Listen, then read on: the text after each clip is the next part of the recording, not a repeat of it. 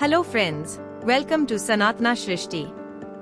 The Mahabharata was originally called Jaya or Jayam. Until recently, the Mahabharata was not referred to as such initially.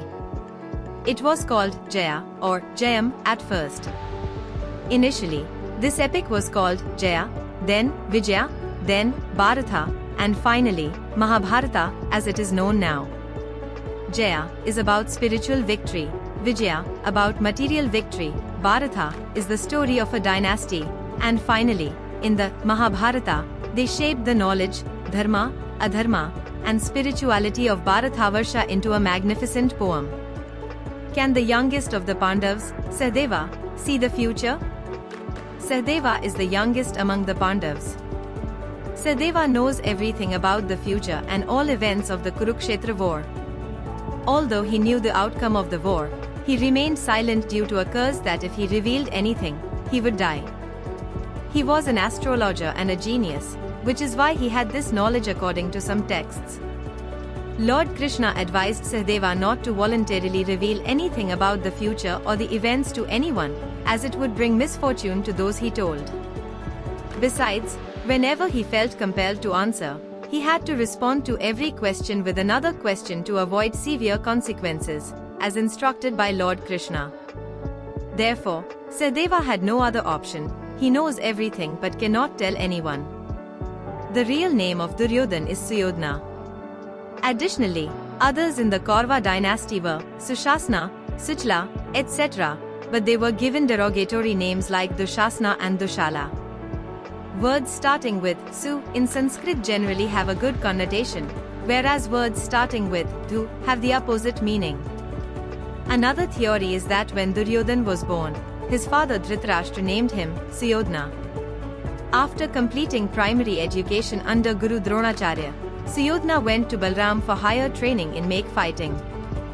In the final training, Suyodhana performed exceptionally well, making Balram very happy, who then gave him the title Duryodhan. Duryodhan means a warrior who knows no defeat. Vedvyas is not a name but a position and authority given to those who are qualified. We all know that the Mahabharata was narrated by Vedvyas and written by Ganesha. Vedvyas is a title given to those with knowledge of the Vedas. Vedvyas's real name is Krishnadvipayana.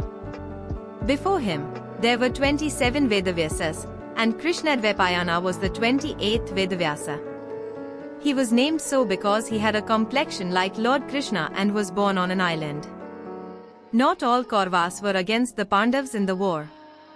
Two sons of Dhritarashtra, Vikarna and Yuyutsu, disapproved of Duryodhan's actions and protested against Draupadi being staked in the game of dice. In the Mahabharata, Vidura is an incarnation of Yamdharma Raja.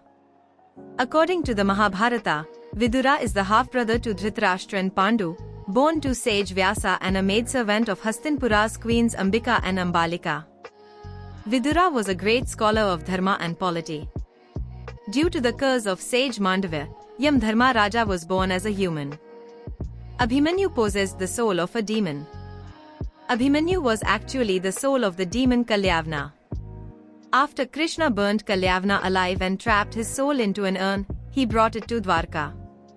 According to Krishna, Abhimanyu was an incarnation of the very powerful demon Kalyavana. This demon had the potential to kill Krishna in the future.